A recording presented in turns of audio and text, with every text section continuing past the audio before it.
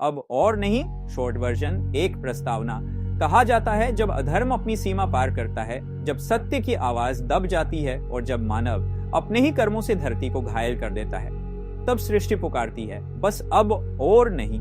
यही है कलयुग का अंत, एक ऐसा समय जब ईश्वर फिर से संतुलन स्थापित करेंगे। कलयुग की शुरुआत महाभारत के अंत से हुई, जब श्री कृष्ण ने पृथ्वी छोड़ी, धर्म की ज्योति मंद पड़ने लगी। पांडव हिमालय चले गए और नया युग शुरू हुआ, जहां लोभ, मोह और क्रोध ने इंसान पर राज किया। धीरे धीरे इंसान ने धर्म से मुंह मोड़ा, भक्ति शब्द बन गई और कर्म स्वार्थ बन गया। 3 अधर्म का प्रसार, समय बढ़ा तो अधर्म भी बढ़ा। भाई ने भाई को मारा, राजा ने प्रजा को लूटा। जहां आरती की ध्वनि गूंजती थी, वहां अब लालच और पाखंड गूंजने लगा। इंसान ने भगवान नहीं, अहंकार को पूजना शुरू किया। 4 कलयुग के संकेत, शास्त्र कहते हैं। जब कलयुग के संकेत, शास्त्र कहते हैं। जब कलयुग अपने अंत पर होगा तो कुछ संकेत दिखेंगे। माता पिता की अवहेलना, रिश्तों में स्वार्थ, सच्चे मित्रों का अभाव, धर्म के नाम पर दिखावा और प्रकृति का विनाश, ये सब संकेत हैं अधर्म के चरम रूप के।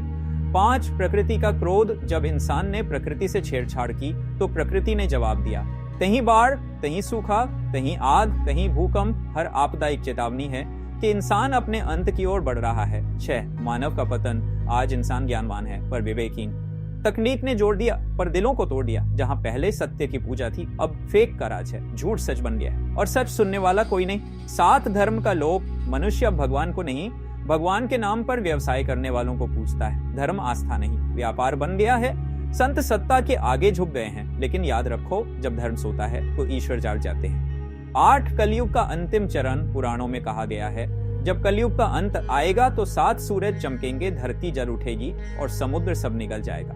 मनुष्य मनुष्य पर रक्त पिएगा और तब आकाश से घोड़े की टापें सुनाई देंगी। 9 कल्कि का अवतार, उस समय भगवान विष्णु का 10वां अवतार कल्कि प्रकट होंगे। सफेद घोड़े पर सवार, हाथ में तलवार लिए, वो अधर्म का अंत करेंगे और नए युग का आरंभ। अंधकार मिटेगा और धर्म पुनः जन्म लेगा। समापन, याद रखो, कलयुग का अंत किसी दिन नहीं आएगा, वो हर दिन हमारे कर्मों से तय होता है। अगर हम सत्य, प्रेम और करुणा अपनाएं तो शायद भगवान को आना ही न पड़े, क्योंकि हर एक अच्छा कर्म एक नए युग की शुरुआत है। जय श्री विष्णु।